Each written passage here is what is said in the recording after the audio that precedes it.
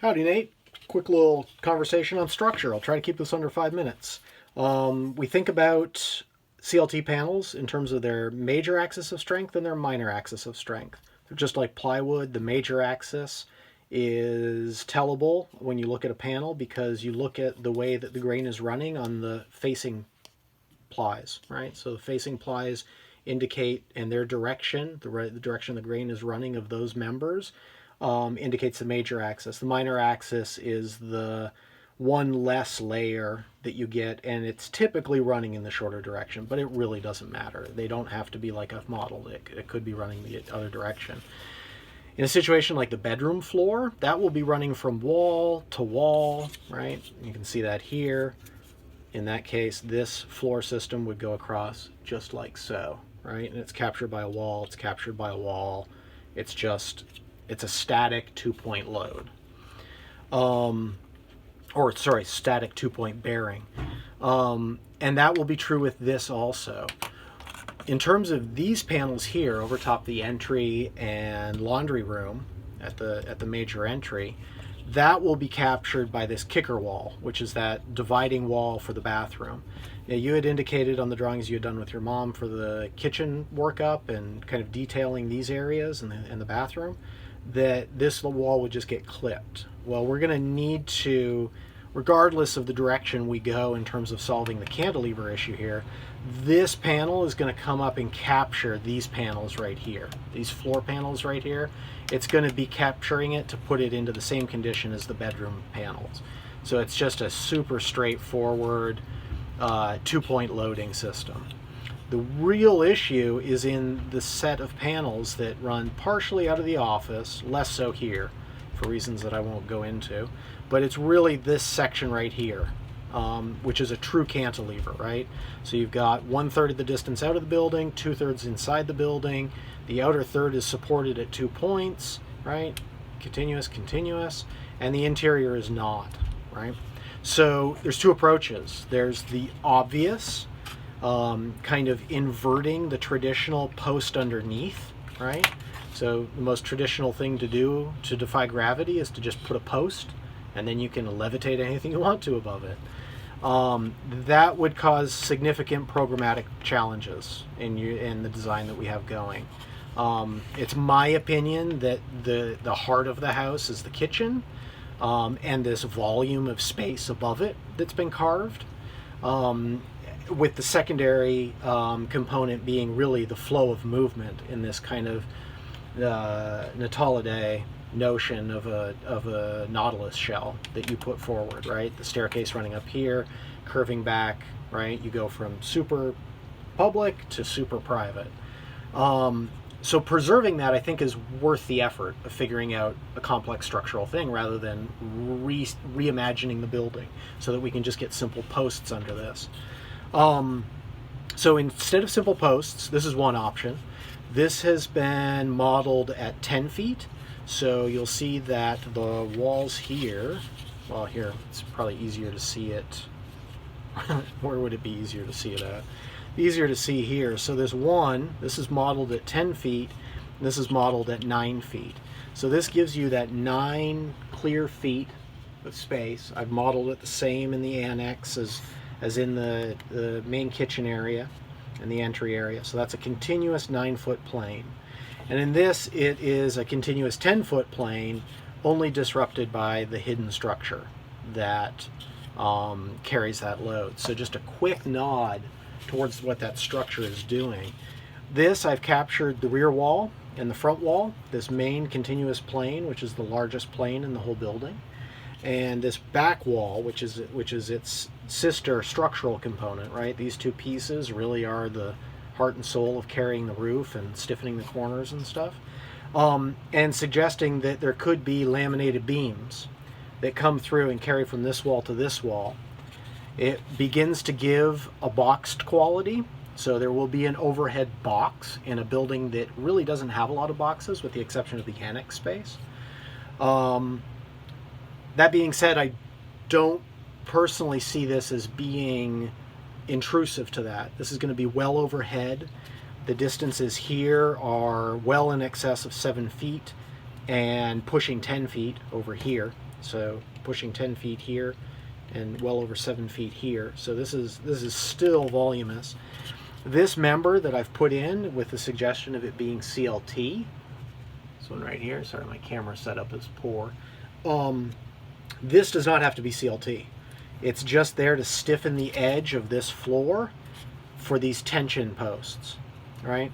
So that could be as simple and minimal as a steel plate that would just be bolted or capped onto the end of this CLT, and then that would provide the connections for metal hangers or timber hangers, depending on what these posts would be.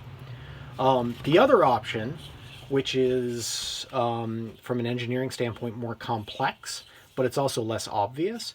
Again, bump the ceiling up to 10 full feet. These are 2-foot deep beams, very similar to the 2-foot beams that are running the roof system. This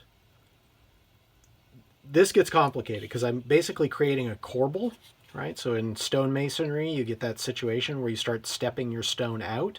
And by stepping it out, you're still having that bearing thrust transferred back into the wall, but at a diagonal loading force. This isn't quite a corbel because it's not a stereotomic system. It's still a post and plate system. So we have to think of it not as a corbel, but more as a T-post.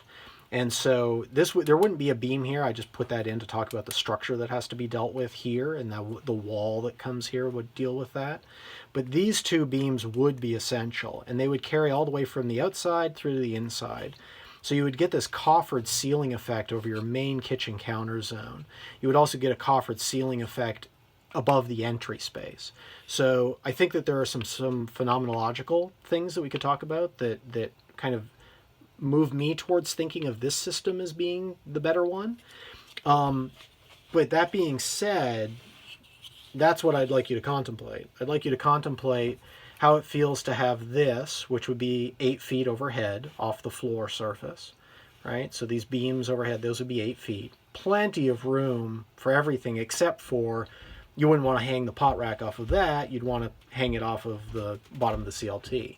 But then again, 10 feet is a pretty big drop to bring a pot rack from. So that's something to consider. The thing that I think happens with this is that it becomes more obvious what the structural response is, right? The structural response is visible to all, and the whole system is available in a single view shed, whereas this system requires one to hold it in their mind. So most people have a very hard time understanding what's happening structurally in terms of the physics of load transfer when they can't see the whole system. So the main system will be visible on the inside, but its supporting elements, the continuation of that beam to the exterior and the capturing of it with these outer posts and any sort of intricate metal work that's also going on to stiffen up the timber members here, that becomes hidden. It becomes a less easily interpreted structural response. Not a problem necessarily, but something to consider. This leaves railings open. They haven't been discussed yet. It leaves that open. This starts to suggest the potential that there could be a CLT component to this railing, a kind of heavy stiffening, a privatization of the upper space from the lower space. It starts to become another way to control how light comes into this space, so that can be modeled and studied. So this, I don't lean one way or the other, to be honest. The thing that starts to tip me in this direction versus this direction is the roof system. I think we're going to run into, when we start looking at the roof system, which is at the current span of 24, I think it's 24 feet and a few inches, at this longest point, which would run from this wall to this point, that CLT has to be 9.5 inches thick. It wouldn't have to be that thick over here, right? But it has to be that thick for this tiny moment here. And that means that you end up paying, I haven't crunched all the numbers, but I would say you're paying 40% more just for that CLT panel just because of this pocket. That's kind of unavoidable. It's, given the design and how it's been organized, like there's so much that is growing from the ground up to reach this point that I don't think a redesign of this entry sequence, this overhang, and how that controls the interior volume and how it permits an opening up of the kitchen volume, right? The kitchen volume opens up because that front of the shell, the front of the concavity house, pushes back out, right? It's like the interior swells to create the space. This system, even if it feels like it's capturing now in this kind of heavy, clunky model, even if it's starting to fill in that space, this system means that we can look at a roof system that isn't just a continuous diaphragm, like a CLT, but we could do these large glulam beams and then the walls, and then we're just landing. I think the longest run is a 12-foot 2x10 or a 2x12 over to this direction. So we could just be running a cord roof down, and from a construction standpoint and a cost standpoint, that's very likely to be a significant potential savings, even when factoring in the cost of the glue lams. So it's also, this system will significantly reduce the amount of time that you have to have a crane on site, because the crane leaves after these glue lams are set, right? So you stand up the walls, drop in some floors, stand up the rest of the walls, drop in the glue lams. Well, in this system, you're going to be standing up the walls, dropping in the floors, standing up some more walls, and then capping it with the CLT. The capping with the CLT, that's not an insignificant process in terms of the day of construction. So I'm starting to try to balance, like, can we get this home up in a day versus 2 days? So it's $1,200 for the crane here, or $2,400 for a crane here, maybe, right? So I'm trying to get into that realm. And since this video is now pushing 12 minutes, that's probably enough in this to get your mind running with the questions that I'm toying with. All right. So sorry for that 12-minute ramble.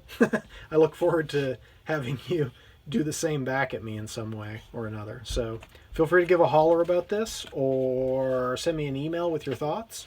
Or if there's a good time to chat, just let me know when you'd like me to give you a buzz. I'm around for the foreseeable future. Talk at you soon. Bye.